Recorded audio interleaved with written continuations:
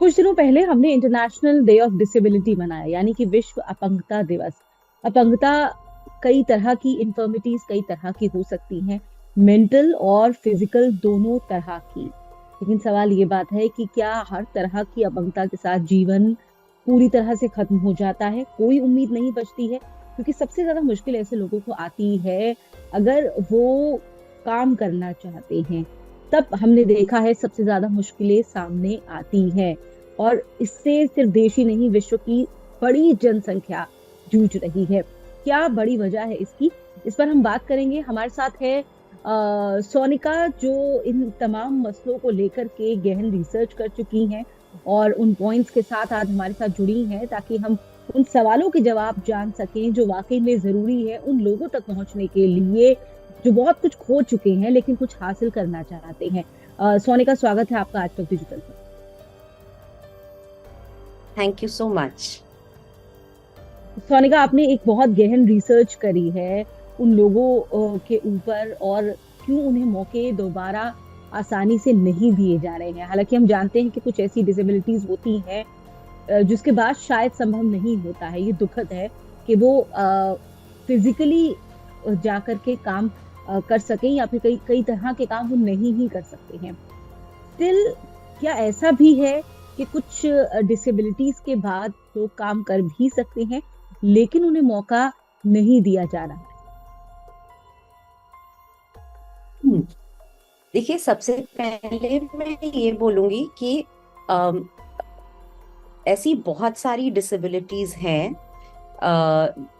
जिनके बारे में हमारे मन में बहुत सारे मिसअंडरस्टैंडिंग्स हैं। जैसे कि आपने बोला कि अगर डिसेबिलिटी है तो ऐसा हो सकता है कि हम काम नहीं कर सकते, लेकिन ऐसा जरूरी नहीं है। हमारी ये जो रिसर्च है, इसकी एक्चुअली जर्नी शुरू हुई थी। एक हमने कैंपेन करी थी 21 मार्चिंग, जिसमें जितनी भी RPWD एक्ट 2016 के अंडर जो 21 डिसेबिलिटीज हैं, हमने उनसे प्रभावित जितने भी लोग हैं, उनमें से उनसे प्रभावित लोगों से हमने बात करी। और जब हमने बात करी, हमको रियलाइज हुआ कि वो सारे लोग एम्प्लॉयड हैं, और काम करना चाहते हैं और एक डिग्निफाइड लाइफ जीना चाहते हैं। वो ऐसा ना चाहते हैं कि उनको अलग नजर से देखा जाए, ना वो सिंपथी चाहते हैं। इनफैक्ट मुझे जिससे हमने इंटरव्यू किया था, जिनसे वार्तालाप किया था, उन्होंने बोला कि देखिए, जब कोविड हुआ तो जितने भी लोग थे वो परेशान हो गए कि हम घर से बाहर नहीं निकल पा रहे, हम ऑफिस नहीं जा पा रहे, हम मॉल नहीं जा पा रहे, हम मूवी नहीं जा पा रहे, हम डिनर के लिए नहीं जा पा रहे, अपने दोस्तों से नहीं मिल पा रहे। आपको 18 महीने के लॉकडाउन ने परेशान कर दिया, और आप चाहते हो कि हम डिसेबल्ड लोग सारी जिंदगी एक लॉकडाउन में रहें। तो ऐसा नहीं है कि अ, सही एनेबलमेंट के साथ ये लोग काम नहीं कर सकते। इनमें से बहुत लोग बहुत एजुकेटेड भी हैं। अभी हाल ही में करीब 3-4 हफ्ते पहले मैंने कुछ 10 से 15 मल्टीपल स्क्लेरोसिस ऑफ इंडिया की सोसाइटी जो है, उसमें से कई सारे लोगों से बात करी।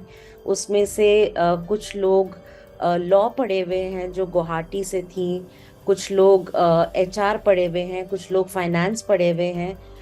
वो सिर्फ चाहते हैं कि एक वर्क फ्रॉम होम एम्प्लॉयमेंट मिल जाए, जिससे वो एक डिग्निफाइड लाइफ जी सकें। और अब कोविड के बाद तो बहुत हाइब्रिड ऑप्शंस और रिमोट ऑप्शंस एम्प्लॉयमेंट के अवेलेबल हैं। एग्जैक्टली।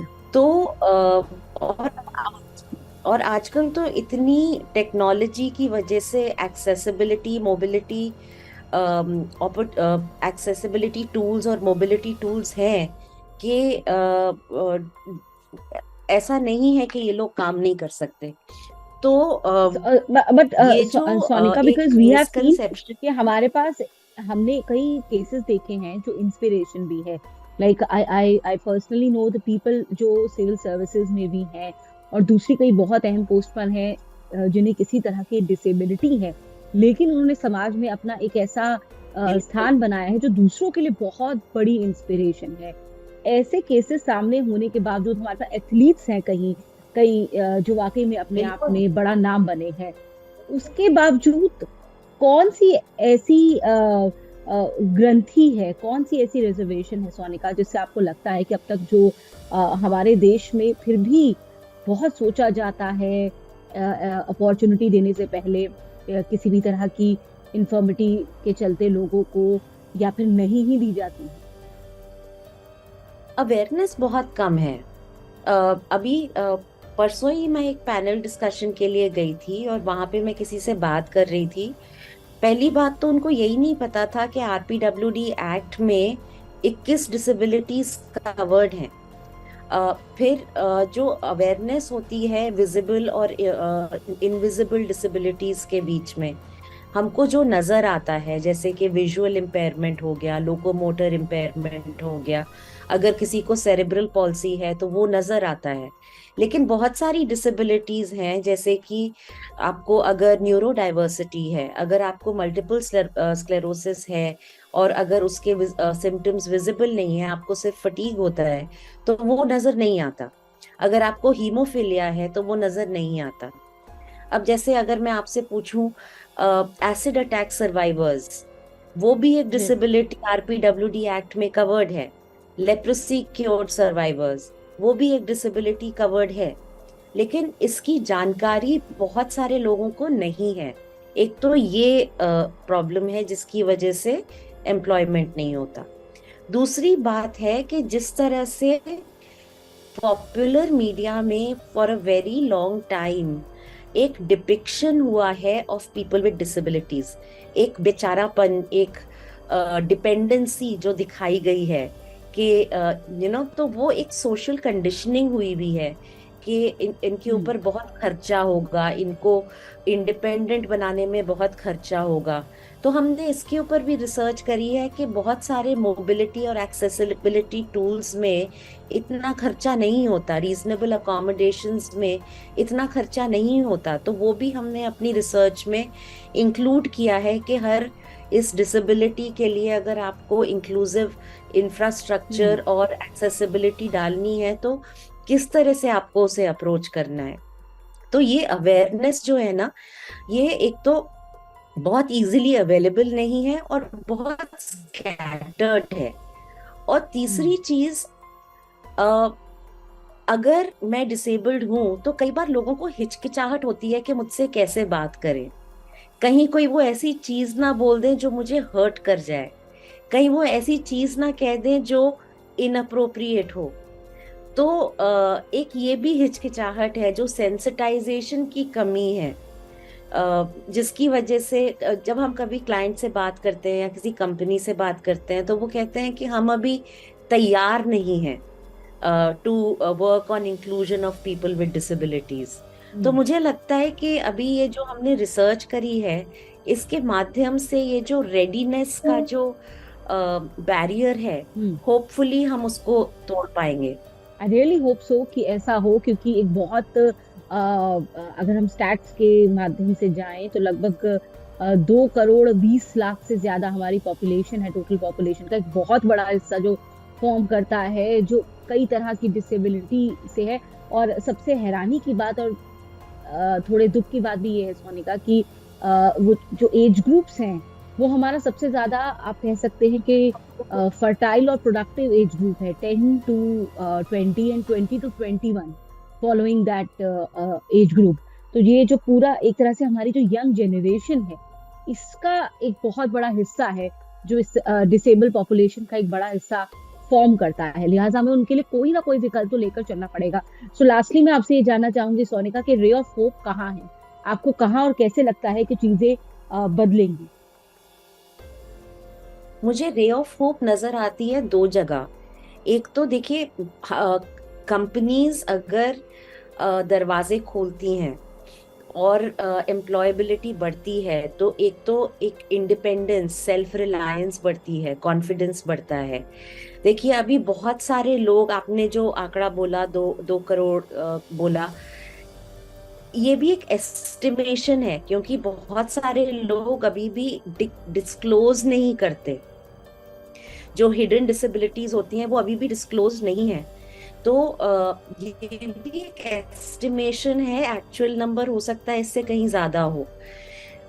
तो जब ये एक सेल्फ रिलायंस होगी, एक इंडिपेंडेंस होगी, वो और बढ़ के और लोगों को सपोर्ट करेंगे, एक रिप्रेजेंटेशन होगा और एक कॉन्फिडेंस बढ़ेगा ऑर्गेनाइजेशंस में भी कि हाँ, ये लोग भी कंट्रीब्यूट कर रहे हैं, प्रोडक्टिव हैं।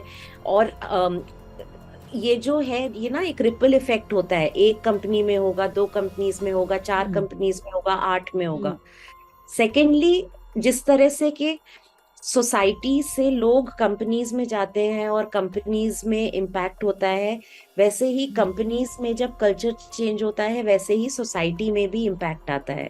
हम्म, तो सोसाइटी में भी अवेयरनेस बढ़ेगी, एजुकेशन एग्जैक्टली। भी फर्क पड़ेगा, हम्म, एजुकेशनल इंस्टीट्यूट्स में भी फर्क पड़ेगा। तो आई हम्म, थिंक ये एक साइक्लिकल इम्पैक्ट होगा, जहाँ हम्म, पे मुझे एक रे ऑफ होप नजर आती है। हम जैसे जैसे अभी पिछले, हमने 3 तारीख को ही डिक्लेयर किया कि ये रिपोर्ट है, और हम जैसे हम्म, जैसे इसके बारे में बात कर रहे हैं, काफी सारे लोग हमारे पास आए हैं कि हमारे हमारे साथ ये रिपोर्ट शेयर कीजिए। उनके साथ हम बात कर रहे हैं कि किस तरह से हम इस रिपोर्ट के साथ काम कर सकते हैं। तो I think it is a positive movement which is starting. हम्म, तो ये एब्सोल्युटली बहुत बहुत बिल्कुल पॉजिटिव है। और ये अपने आप में मुझे लगता है कि आपका जो इनिशिएटिव है ये अपने आप में एक रे ऑफ होप है कि इस पर इतना इंटेंसली काम किया जा रहा है और इसको आगे ले जाने की कोशिश की जा रही है, इसको एम्पलीफाई करने की कोशिश की जा रही है, ताकि ऐसे बहुत से लोग हैं किसी ना किसी चीज के चलते जो पहले से एक जो है दुख झेल रहे हैं जीवन में, कुछ तो उन्हें बेहतर करने की उम्मीद दिखाई दे, उन्हें लगे कि कोई उनके बारे में बात कर रहा है, सोच रहा है, उनकी लड़ाई लड़ रहा है एक तरह से। सोनिका, आप जैसे लोग, so thank you so very much Sonika इस बातचीत के लिए। और उम्मीद है कि आपकी बातचीत और आपके प्रयास बिल्कुल सही जगह पर पहुंचेंगे और इससे वाकई में उन लोगों को मदद मिलेगी जो पहले ही जिंदगी में बहुत कुछ खो चुके हैं। बहुत बहुत धन्यवाद आपका सोनिका इस बातचीत के लिए। Thank you so much. Thank you. Sorry, एक चीज और ऐड कर सकते हैं क्या? हाँ हाँ, प्लीज बताइए। आप देख लेना आप कहाँ ऐड करना चाहते हो। आप जहाँ पे वो बोल रहे थे ना कि एज ग्रुप का, एक चीज हाँ। अगर ऐड कर सकते हैं कि ये जो पीपल विद डिसेबिलिटीज का जो कम्युनिटी है, उसमें हम हम्म, में से कोई भी कभी भी ज्वाइन कर सकता है। जैसे एक 28 वर्षीय लेडी थी जो काम कर रही थी, और उनको पहला मल्टीपल स्क्लेरोसिस का अटैक हुआ, जिनके बाद उनको लोकोमोटर, क्योंकि उनके अटैक जो हुआ उनसे उनका लेग में वीकनेस हो गई, उनकी लेग नर्व्स पे अटैक हुआ और उनको लोकोमोटर डिसेबिलिटी हो गई। इसी तरह से एक कॉलेज स्टूडेंट था इंजीनियरिंग के लिए, जो अपना एग्जाम देने जा रहे थे और उनका पैर स्लिप कर गया और उनका पैर ट्रेन और एक प्लेटफॉर्म के बीच में आ गया, जिनकी वजह से उनकी दोनों लेग्स एम्प्यूटेट हो गई एंड माय ही god. Became wheelchair bound. So ये जो कम्युनिटी है पीपल विद डिसेबिलिटीज, ऐसा नहीं है कि हम पैदाइशी होते हैं। We can hmm, join the community at any time. So exactly. it is hmm, something that we should all be responsible for, कि हम इसके बारे में कुछ बिल्कुल। करें। किसी के साथ कुछ भी हो सकता है। एग्जैक्टली हाँ, किसी के साथ कुछ भी हो सकता है, क्योंकि ज्यादातर डिसेबिलिटीज आपके मुताबिक, और हम देखते भी हैं, एक्सीडेंटल होती हैं, अचानक किसी के साथ कुछ भी हो सकता है। और उस लिहाज से हम अगर अभी कोशिशें कर रहे हैं, लड़ाई लड़ रहे हैं, तो ये बहुत जरूरी है एक बहुत बड़ी पॉपुलेशन के लिए। बिल्कुल सही कहा आपने। थैंक यू सो और very much Sonika. Acid attack survivors are yes, outcome of a crime. Exactly exactly, definitely. Thank you so very much Sonika.